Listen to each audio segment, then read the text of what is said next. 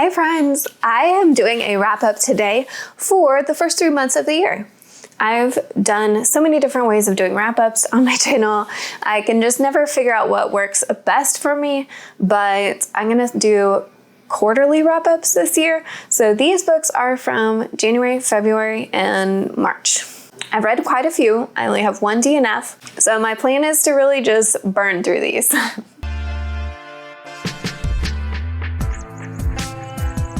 I'm gonna work my way low to high. So I'm gonna start with my DNF and end with some 5-star reads if you're looking for some. So my only DNF this first quarter of the year is The Sandcastle Empire. This is a YA book about an island where a group of people who call themselves Wolf Pack have taken over, and they basically have put anybody they considered rich in their previous life to work, and 4 girls happen to escape the island, and they're looking for an island called Sanctuary that may be the last safe place in the world. I stopped around page 80. I thought the characters were not very well written. It was a lot of just like, I realized this girl is quiet. And then the girl wouldn't talk for 5 pages. Each of the 4 girls that escaped had one personality trait that was just the absolute only thing about them. And then in between some of the chapters were these paragraphs where they really tried to be deep, and they just didn't seem deep to me. So there's no spoilers in this, but here's one of the chapters. Once upon a time, the world was full of dreams despite its heartache and love and despite its brokenness. Once upon a time, the world was full of color. The egg yolk yellow of highway stripes framed by pitch black tar and a blurred rainbow of wildflowers. Now, the world is being swallowed by the sea. What's left is choked in green weeds of envy and power, and sometimes a love for justice taken to painful extremes. It's become difficult to tell the weeds from the flowers. That's just not my vibe. I don't need that in my books. And so I got through about 3 of those little sets, and to a point where the characters were driving me crazy, and I decided to put this book down. I will be donating it. I also have 2-star books. One is In Cold Blood, which I really thought I would like, but it was just so slow and meandering. I did not like it. It seemed less factual. Like, there were definitely facts in there, but it seemed more narrative than I thought it was gonna be, and it took forever. So I did not enjoy that as much as I thought it would. I also Jonathan Livingston Seagull, so I feel bad because 2 of my classics are 2-star, but I don't get this. I don't know why this is a classic. I don't even know what to say about it. It's about a seagull. There's 3 parts. In the first part, he wants to fly more than eats, and his family makes fun of him. In the second part, he reaches some bird paradise afterlife type thing where he really learns some cool tricks with his flying. And in part 3, he goes to teach other birds about his flying tricks. It's a very short book, and I don't know why it's a classic. I didn't understand the point of it at all. And maybe I'm missing some very deep philosophical connections, but that's just not me. That's not why I read. For 3-star books, these are books that I enjoyed reading. I'm glad I read them, but I don't know that I'd ever pick them up again. But I definitely think they are still worth reading if the synopsis sounds like it's for you, if that makes sense. First one was a YA book that came in a book box, This Rebel Heart. I did enjoy this book. It didn't fit with me because I'm not as big on magical realism, and that was a lot of this book. It also had an ambiguous ending, and I really want a concrete ending. So this is about a girl who is trying to escape Budapest after World War II. She's being followed by the secret police and meets someone who needs her help finding his friend, who has also maybe been taken by the secret police. Pretty high, 3 stars, like 3.75 was Another Country. I read this in February, I think, and I did enjoy it. It was just took me forever to get through. So I feel like it would have been 4-star if it didn't fall into what a lot of the classics fall into for me, as just more of a meandering writing style where I really enjoyed some aspects, but there were others where like I feel like I could have skipped a few pages and not missed a moment of this book. But if you are someone who likes classics and you've not read this one, I would 100% recommend it, because at the end of the day, it was still something that like I can remember very vividly and I would be happy to have on my shelf. I also read an arc from a self-published author called Veven Song. This follows a girl who lives in a world, maybe our world or our world adjacent, but a while ago, a species of bird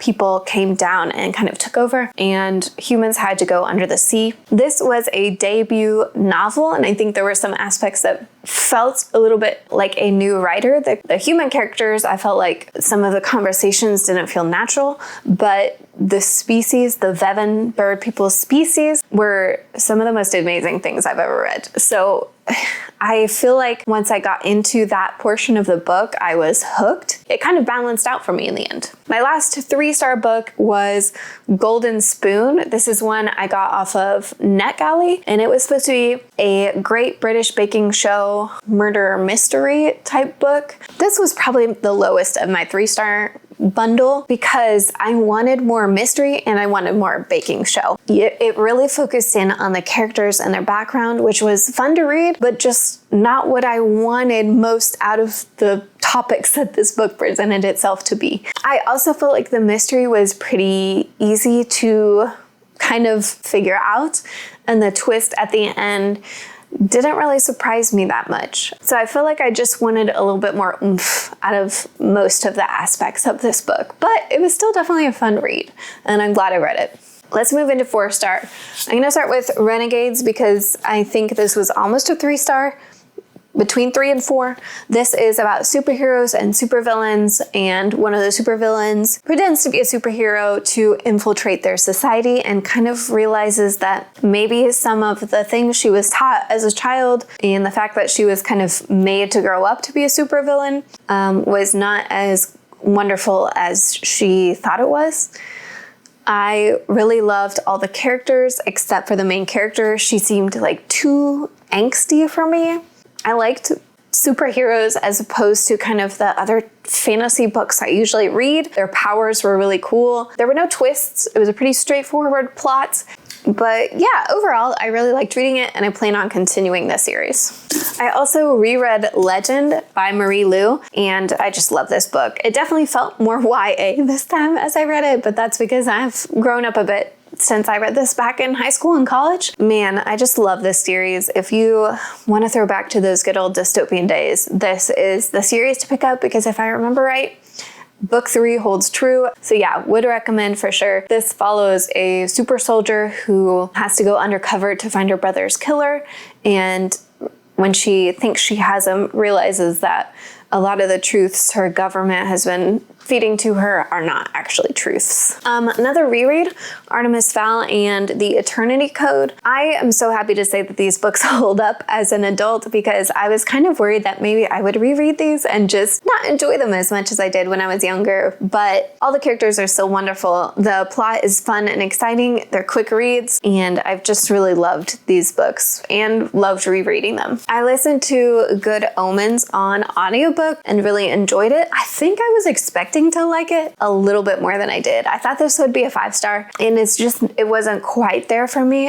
I think with Neil Gaiman, he's very hit or miss for me because some of his plots are a little bit too out there for me. I need a little bit of solidarity in my books, and I think this suffered from that just a little bit. I loved all the characters, but when it kind of started to all come together, I just needed a little bit more that I could hold on to. I listened to A Psalm for the Wild Built by Becky Chambers. I love Becky Chambers, and this was a great book. It was a nice, slow, like slice of life book, similar to the vibes that like Legends and Lattes. Just a book where I got to relax and follow along with a great story. The characters in this were wonderful, as Becky Chambers' characters always are, and I'm excited to pick up book 2. I think what kept it from being a 5-star was just it didn't need to be a novella for me. I was ready to read the whole book. I listened to 2 romance books, and they both turned out to be 4-star books. One was in January, and that was The Roommate Risk by Talia Hibbert. I love Talia Hibbert the same way I love Becky Chambers. For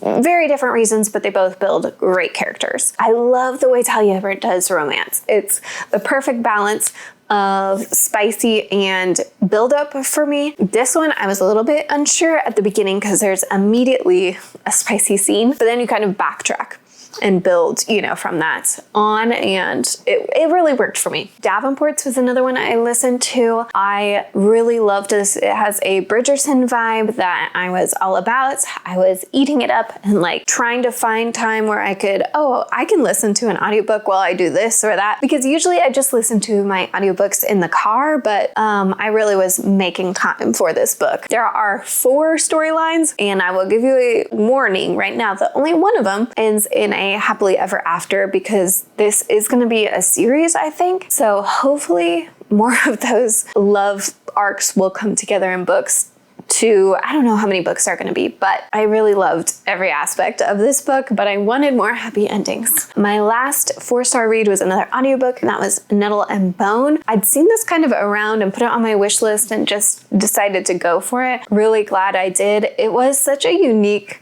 magical book, very dark, but somehow still had really funny characters and ended with a lot of hope in a bad situation, I think. Yeah, it surprised me how dark it was. I wasn't expecting that, but I loved so much of this book. It was really unique. The way it came together was wonderful, and there was just a little bit of romance that felt very natural. It just all fell together really well. So let's look at my 5-star reads. I had 7 5-star reads so far this year. One of them was a reread. All systems red. My book club is reading this and A Psalm for the Wild Built. So I had already read that and wanted to reread it because it had been a minute. I love this book. I can't wait to keep going in this series. I picked up Horrorstör. My friend had this book and finished it maybe 2 weeks before I did, so I had a feeling I was gonna like it because they definitely enjoyed it, and I was right. It's wild the things this author comes up with. I think the reason I like this horror better than a lot of other horror books is because the things that are happening seem very out there maybe and hard to imagine that it would even be possible. Somehow also feel so real and intensely real that you can imagine yourself in those situations. I'm not that big into, ghost stories, haunted house stuff, but this was totally different for me and I loved it. I read book 2 and I don't actually know what the series is called, but the first book is A Darker Shade of Magic, and this is A Gathering of Shadows by V.E. Schwab. This follows Kell and Delilah. Kell has magical powers that lets him do a lot of different elemental things and also travel between 4 different Londons that all have varying degrees of magic. Delilah is someone he met in book 1, becomes a pirate in book 2, and the opening scene for Delilah is she's such a badass in that moment that I was immediately bought in. I knew I was going to like this book and I was hoping it would be a 5-star, but sometimes middle books drop off. This, I don't think it did. Lore Olympus Volume 3. If you like mythology at all and graphic novels at all, these are great. There are definitely trigger warnings, but the artwork is really well done. And the retelling of this is just been great. It's a modern retelling, so they have things like cell phones, they go to work in a business building, you know what I mean? Yeah, I adore these. 2 more audiobooks that made it to my 5-star list are another Talia Hibbert, Highly Suspicious and Unfairly Cute. This is her YA romance, and I feel like it was just as good as all her others. I really liked it. This involves camping for an internship in hopes of getting a good scholarship and going to be lawyers, and the romance was just really fun. It was just a fun read. It was a good read, it was a cute read, and it deserves 5 stars for sure. I also read book 2 for Shadow of the Fox, and that's called Soul of the Swords. I wish I could say I have something specific that the reason this is 5 stars is because this, but I think I just really enjoyed it. It's definitely a good book. The characters are great. The adventure is fun. There is risk, there is love, there is tragedy, and it all just comes together really well. I can't point to one specific thing thing that really made it stand out. Other than that, again, I just really enjoyed reading it. My last 5-star was actually, I think, my first book of this year, and that is Red Rising by Pierce Brown. For whatever reason, it took me so long to pick this up, but I am really glad I did. I am forcing my boyfriend to listen to it on audiobook right now because I'm like, you will love this. It's definitely in that Warhammer Mad Max-ish vibe, and it was action nonstop. It started with action, it ended with action. There is not a dull moment in this book. I could not put it down. I love it. I would say this is a pretty good quarter. I have mostly 4 and 5-star books. My 3-star books were solid reads, and I only had 1 DNF. So I would love to know some of your stats from the last 2 months. How is your reading going so far this year? What's your favorite book this year? Tell me all the things in the comments down below. I will see you all later. Bye, friends.